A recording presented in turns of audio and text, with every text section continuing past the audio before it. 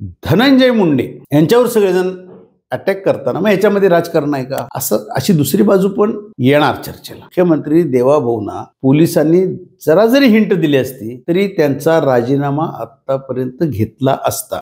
नमस्कार, मी संजय बोकरे, आपण पाहताय जनप्रवास लाईव्ह. संतोष देशमुख हत्या प्रकरण गाजते. पुण्यामध्ये भव्य मोर्चा, निषेध मोर्चा म्हणा, ही मागणी सगळीकडे जाता जोर धरायला लागले की आरोपींना फाशीची शिक्षा झाली पाहिजे. आरोपी पकडलेही गेलेत, एकच तेवढा राहिलेला आहे आणि पोलिसांचे तपास SIT असेल, बाकी सगळे जोरदार चालू आहेत.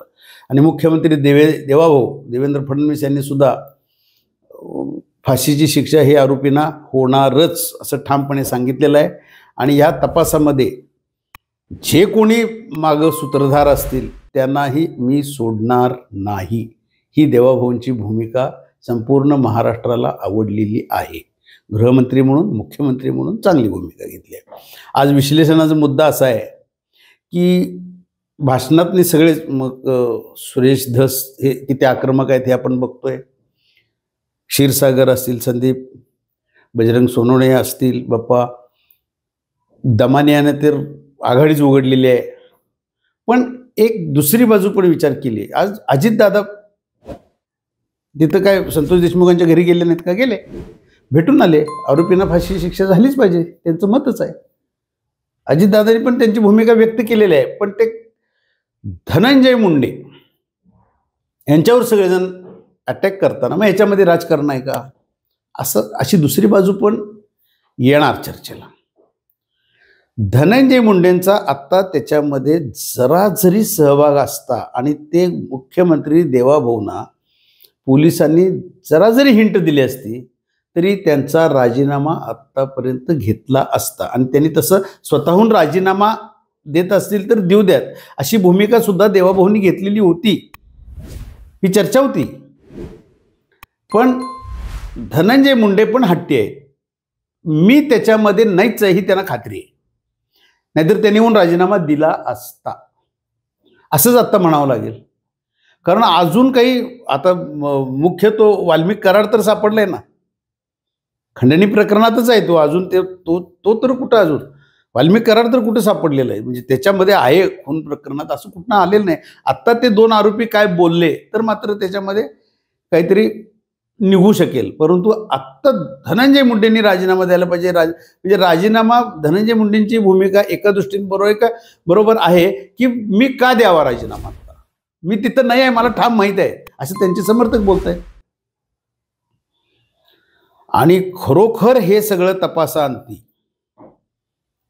धनंजय मुंडे याच्यामध्ये जरा जरी आहेत असं कळलं तर अजितदादा गप असतील का? अजितदादाच पहिला त्यांची पक्षातनं हकालपट्टी करतील. नुसतं राजीनामा तर विषय लांबचा राहिला. कोणच सहन करणार नाही. ही काय की क्रूर हत्या आहे, याचं समर्थन कुणीही करणार नाही. पण आज जे आरोप केले जातात, धनंजय मुंडे आधी काय केलं ते सगळं, ते हळूहळू सगळं बाहेर पण येईल. परंतु धनंजय मुंडेने आता उलट, मी असं विचारतोय, खरोखर याच्यात सहभाग जर का त्यांचा निघाला नाहीच तर मग हे आरोप करणाऱ्यांचं काय? मग धनंजय मुंडेंची तुम्ही माफी मागणार, अजितदादांची माफी मागणार का परत पोलिसांच्यावरच आरोप करणार? याला पाठीशी घातलं, यांना पाठीशी घातलं. कारण SIT स्थापन करा मागणी केली धस यांनी, सुरेश धसने SIT स्थापन केली. उज्ज्वल निकम सरकारी वकील हवेत. उज्ज्वल निकमना सुद्धा आता काहीतरी द्यायचा निर्णय झाला. म्हणजे राज्य शासन, पोलीस दल जे म्हणून करायचे ते करायला लागले ना.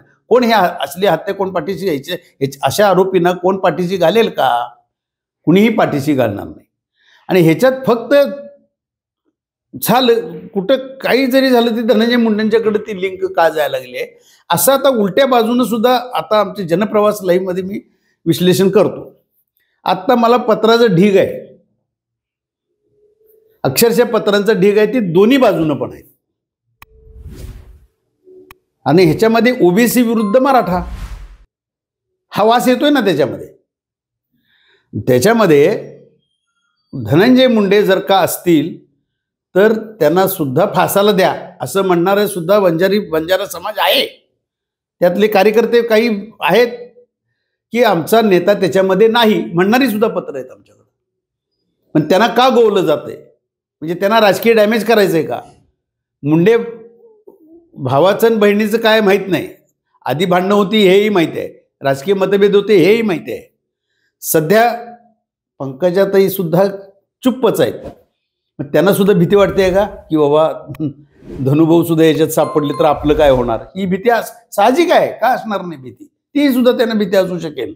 परंतु मी उलट्या बाजूनं काय म्हटलं, ह्याच्यात निष्पन्न झालंच नाही तर जे जे बेताल आरोप करतायत आत्ता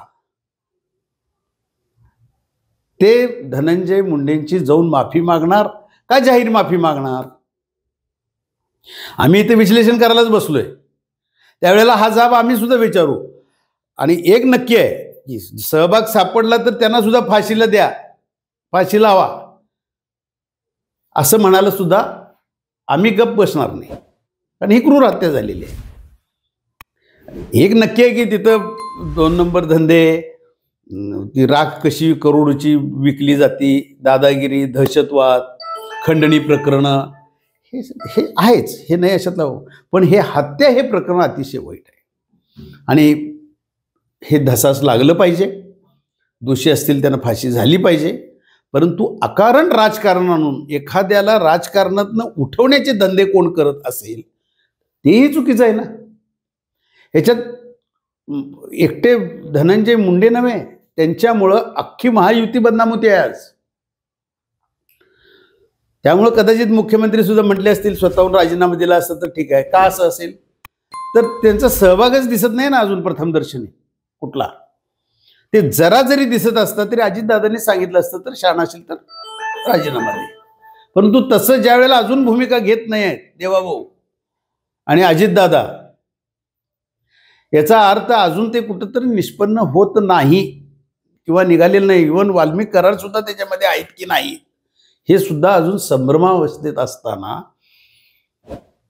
हे जे बाकीची मंडळी आमदार आणि राष्ट्रवादी अजितदादांच्या गटातलेच आमदार, सोळंकी आमदार तिथलेच आहेत, त्यांनीच तर आरोप केले गंभीर. त्यांनी राजीनामा दिला पाहिजे, राजीनामा दिला. मग कशासाठी? मग ते काय काय वेळेला राजकीय बोलतात ना, पालकमंत्रीपदाचे वाद आहेत का आणि कुठले वाद आहेत. मग असं असेल तर हे चुकीचं ठरेल ना. म्हणून आज मी या विश्लेषणाचा मुद्दा हाच घेतला की ही उलटी बाजू झाली तर हे माफी मागणार का, हे मात्र बघण्यासारखं असेल आगामी काळात. आणि ते सहभाग झाला तर ते भोगायलाच लागेल त्यांना. आज इथंच थांबू, उद्या पुढच्या भागात.